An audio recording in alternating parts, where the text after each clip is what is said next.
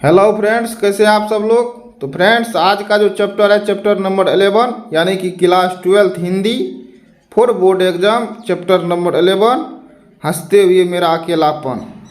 और इसको जो लिखा है यानी कि लेखक जो है वो कौन है, मलियज है। फ्रेंड्स, इससे पहले का जो वीडियो नहीं देखा आप लोगों ने तो इस वीडियो के डिस्क्रिप्शन में जाइए, वहाँ पर प्लेलिस्ट का लिंक मिलेगा, उनको टच करना है और आप लोग डायरेक्ट इस चैनल के प्लेलिस्ट में चले जाइएगा, जहां सीरियल वाइज वीडियो आप लोगों को देखने को मिलेगा, यानी कि चैप्टर वाइज वीडियो आप लोगों को देखने को मिलेगा। और वहां से प्रत्येक चैप्टर के वीडियो को देख लीजिए, क्योंकि एक एक वीडियो आपके बोर्ड एग्जाम के लिए काफ़ी हेल्पफुल है। तो इस वीडियो का आप लोग फ़ायदा उठाइए। और फ्रेंड्स, सबसे पहले जो हम इस वीडियो में आज पढ़ने वाले हैं वो लेखक यानी कि मलियज के बारे में पढ़ने वाले हैं, क्योंकि एग्जाम में यहाँ से डायरेक्ट क्वेश्चन बनता है और एक या दो क्वेश्चन प्रत्येक चैप्टर से लेखक के बारे में पूछा जाता है। तो इसके लेखक के बारे में जानेंगे, उसके बाद हम लोग क्या करेंगे, क्वेश्चंस आंसर करेंगे जो ऑब्जेक्टिव के रूप में होगा। और जब ये ऑब्जेक्टिव का सारा चैप्टर ख़त्म कर दिया जाएगा, सारा चैप्टर का ऑब्जेक्टिव ख़त्म कर दिया जाएगा, तब हम चलेंगे सब्जेक्टिव पर और प्लस ग्रामर पर चलेंगे, ग्रामर को देखेंगे। तो फ्रेंड्स, ये सेशन जो है पर डे शाम को 8 बजे एक वीडियो हिंदी का इस चैनल पर देखने को मिलेगा, जो आपके एग्ज़ाम के लिए काफ़ी इम्पोर्टेंट है। तो आइए वीडियो को शुरू करते हैं। सबसे पहले हम लोग क्या देखेंगे, हंसते हुए मेरा अकेलापन यानी कि लेखक मलियज, और मलियज के बारे में हम लोग सबसे पहले जानेंगे। तो यहाँ पर देख लीजिए, ये है हमारे मलियज जी, इनका तस्वीर भी आप लोग देख सकते हैं और यहाँ पर देखिए मलियज लिखा हुआ है। अब इनके बारे में हम लोग जानते हैं। देखिए यहाँ पर जन्म 1935 में हुआ, निधन 26 अप्रैल 1982 में हुआ, जन्म स्थान महुई आजमगढ़ उत्तर प्रदेश। अगर मूल नाम की बात करें तो मूल नाम जो इनका है भरत जी श्रीवास्तव है। और यहाँ से बहुत बार क्वेश्चन पूछ लिया गया है कि मलियज का मूल नाम क्या है, तो भरत जी श्रीवास्तव है। और माता पिता यहाँ पर देखिए, माता का नाम प्रभावती एवं पिता का नाम जो त्रिलोकीनाथ वर्मा है। अब शिक्षा की अगर हम बात करें तो MA इन्होंने अंग्रेजी से किया, और वो भी कहाँ से, तो इलाहाबाद विश्वविद्यालय उत्तर प्रदेश से। छात्र जीवन में क्षय रोग से ग्रसित हो गए थे, ऑपरेशन में एक फेफड़ा काट करके निकालना पड़ा। ये जो क्षय रोग से ग्रसित हो गए थे उसी के कारण ऑपरेशन करके इनका एक फेफड़ा निकाल दिया गया। शेष जीवन दुर्लभ स्वास्थ्य और बार बार अस्वस्थता के कारण दवाओं के सहारे जीते रहे, जिसके कारण बाद में ये दुर्बल हो गए, स्वास्थ्य कमज़ोर ठीक नहीं रहने लगा और अस्वस्थ रहने लगा। दवा के सहारे इन्होंने अपनी ज़िंदगी को जिया। अब नेक्स्ट पॉइंट देखिए, यहाँ पर संपादन, इन्होंने जो संपादन किया, लहर कविता का विशेषांक 1960 में किया। यानी कि लहर एक कविता है और इसका विशेषांक यानी कि कुछ इसमें जो विशेष इन्होंने किया उनको इन्होंने 1960 में प्रकाशित किया। शमशेर पुस्तक का सर्वेश्वर दयाल सक्सेना के साथ सह संपादन, यानी कि ये जो शमशेर पुस्तक है ये सर्वेश्वर दयाल सक्सेना के साथ मिलकर के इनका संपादन किया। और कृतियाँ की अगर बात करें रचना, तो कविता जख्म पर धूल। अब देखिए कविता के बारे में हम बताने जा रहे हैं। जख्म पर धूल जो 1971 में प्रकाशित हुआ, अपने होने को अप्रकाशित करता हुआ 1980 में प्रकाशित हुआ। अब अगर आलोचना की बात करें तो आलोचना देखिए, कविता से साक्षात्कार 1979 में, संवाद और एकलाप 1984 में, रामचंद्र शुक्ल 1987 में। अब यहाँ पर देखिए सृजनात्मक गद्य जो है हंसते हुए मेरा अकेलापन 1982 में। और ये क्या है, एक डायरी है। हंसते हुए मेरा अकेलापन क्या है, ये डायरी है। 3 खंड संपादक, यानी कि 3 खंड का संपादक जो है डॉक्टर नामवर सिंह। अब यहाँ पर देखिए आगे बढ़ते हैं। मलयज की कविता और आलोचना से कम महत्वपूर्ण नहीं है उनकी डायरियाँ, यानी कि उन्होंने जो डायरियाँ लिखी वो किसी कविता या आलोचना से कम महत्वपूर्ण नहीं है। और हंसते हुए मेरा अकेलापन क्या है, एक डायरी है। अब यहाँ पर देखिए प्रस्तुत है मलयज की डायरी के कुछ छोटे से अंश, यानी कि यहाँ जो हम लोग पढ़ेंगे हंसते हुए मेरा अकेलापन, ये क्या है, डायरी के कुछ छोटे से अंश है, यानी कि पूरा डायरी को इसमें नहीं छापा गया है।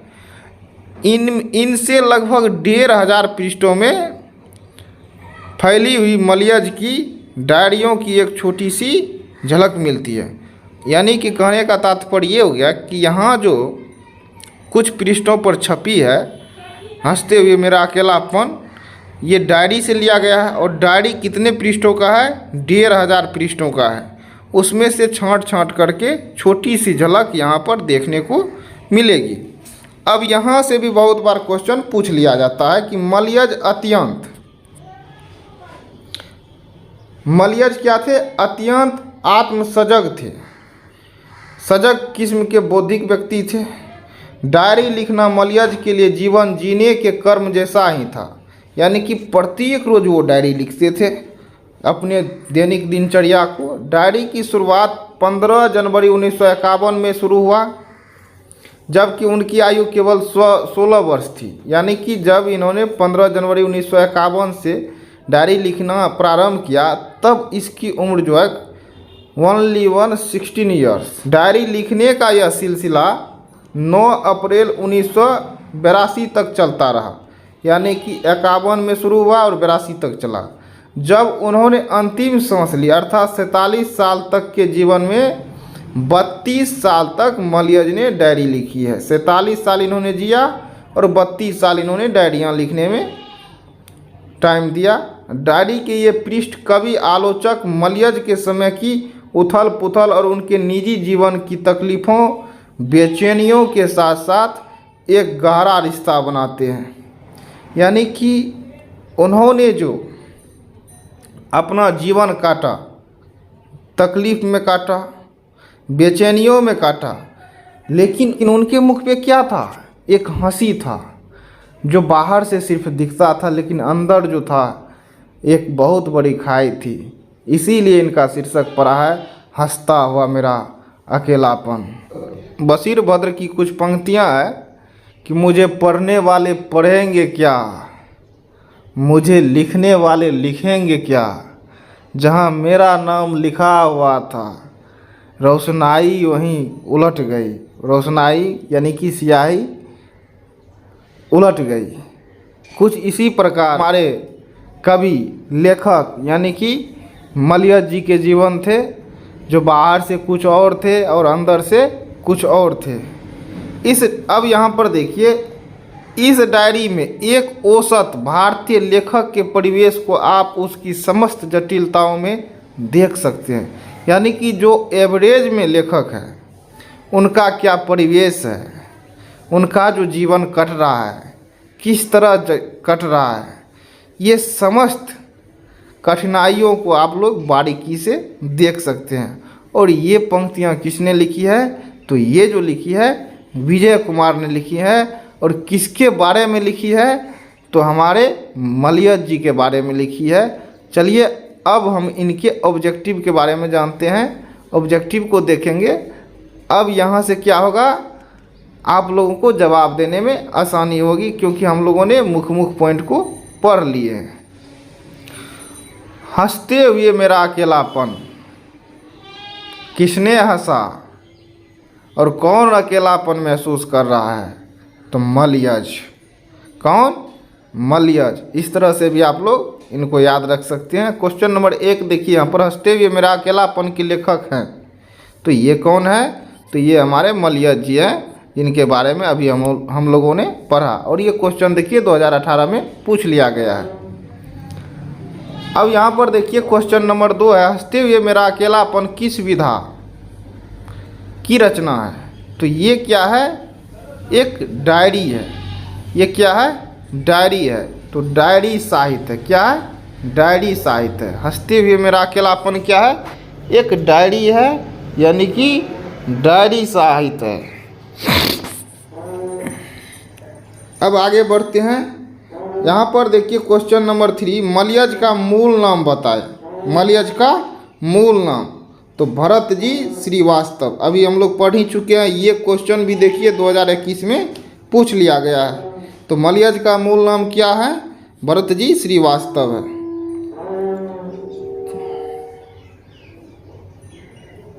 क्वेश्चन नंबर 4 देखिए, मलयज का जन्म कहाँ हुआ था? तो मलयज का जो जन्म हुआ था महवी आजमगढ़ उत्तर प्रदेश हुआ था। महवी आजमगढ़ उत्तर प्रदेश। तो इसका राइट ऑप्शन सी हो जाएगा और right answer Mahvi Azamgarh Uttar Pradesh. Next question देखिए, मलयज का जन्म स्थान, मलयज का जन्म किस वर्ष हुआ था? तो मलयज का जो जन्म हुआ था 1935 में हुआ था, इसलिए right option b, right answer 1935। Next question देखिए, मलयज के माता पिता का नाम बताइए। तो मलयज के जो माता पिता थे प्रभावती एवं त्रिलोकीनाथ वर्मा थे, इसलिए इसका राइट ऑप्शन ए हो जाएगा, प्रभावती एवं त्रिलोकीनाथ वर्मा। नेक्स्ट क्वेश्चन देखिए, मलयज ने किस विषय में एमए किया था? तो मलयज जो किया था अंग्रेजी में किया था। किस में किया था? अंग्रेजी विषय में इन्होंने एमए किया, यानी कि पीजी की उपाधि, पीजी की डिग्री प्राप्त की। तो यहाँ पर जो है, इस संसार से संपृक्ति एक रचनात्मक कर्म है, इस कर्म के बिना मानवीयता अधूरी है। ये किस पाठ की उक्ति है? तो ये जो है हंसते हुए मेरा अकेलापन, इस पाठ की ये उक्ति है। अब यहाँ पर देखिए, मलयज की रचना नहीं है तो न आने वाला कल, सदियों का संताप, बलकम, इनमें से कोई नहीं। तो इसका राइट ऑप्शन जो हो जाएगा, राइट ऑप्शन आपको हो जाएगा डी हो जाएगा, यानी कि इनमें से कोई नहीं। मलयज की रचना इनमें से कोई नहीं है। तो यहाँ पर राइट ऑप्शन डी, इनमें से कोई नहीं। किस पाठ में आया है? आदमी यथार्थ को जीता ही नहीं, यानी कि आदमी जो है रियलिटी, वास्तविकता को जीता ही नहीं, यथार्थ को रचता भी है। यानी कि आप वास्तविक जीवन को जीते ही नहीं है बल्कि उनको रचते भी हैं। और ये किस पाठ में आया है? तो ये जो आया है हंसते हुए मेरा अकेलापन, यानी कि ऑप्शन बी इसका राइट हो जाएगा। नेक्स्ट क्वेश्चन देखिए, मलयज की कृतियां के नाम बताएं। जख्म पर धूल, अपने होने को अप्रकाशित करता हुआ, कविता से साक्षात्कार, संवाद और एकालाप, रामचंद्र शुक्ल, हंसते हुए मेरा अकेलापन। तो इनमें से देखिए ये सभी जो है मलयज जी के लिखे हुए हैं, तो इसलिए इसका राइट ऑप्शन हो जाएगा डी, उपर्युक्त सभी। आगे बढ़ते हैं। नेक्स्ट क्वेश्चन यहाँ पर देखिए, किसने लिखा है? डैश, एक कलाकार के लिए यह निहायत ज़रूरी है कि उनमें आग हो, डैश, और वह खुद ठंडा हो। ये जो लिखा है, ये लिखा है मलयज ने। किसने? तो मलयज ने। तो राइट ऑप्शन इसका ए हो जाएगा। तो फ्रेंड्स, इस चैप्टर से जितने भी क्वेश्चंस आंसर बन सकते थे सभी को हम लोगों ने इंक्लूड किया। अगर आप लोगों ने अभी तक इस चैनल से नहीं जुड़े हैं तो आप लोग जुड़ जाइए, क्योंकि ये सेशन जो है आपके एग्ज़ाम तक चलने वाला है। और अगर इस सेशन से आप लोग जुड़ करके अच्छा से वीडियो को एनालिसिस कर लिए, यानी कि देख लिए, पढ़ लिए, समझ लिए, तो मेरी गारंटी है कि आप लोग 95+ मार्क्स लेकर के बोर्ड एग्ज़ाम में आएंगे ही आएंगे। तो मिलते हैं नेक्स्ट वीडियो में, तब तक के लिए best of luck and thank you for watching.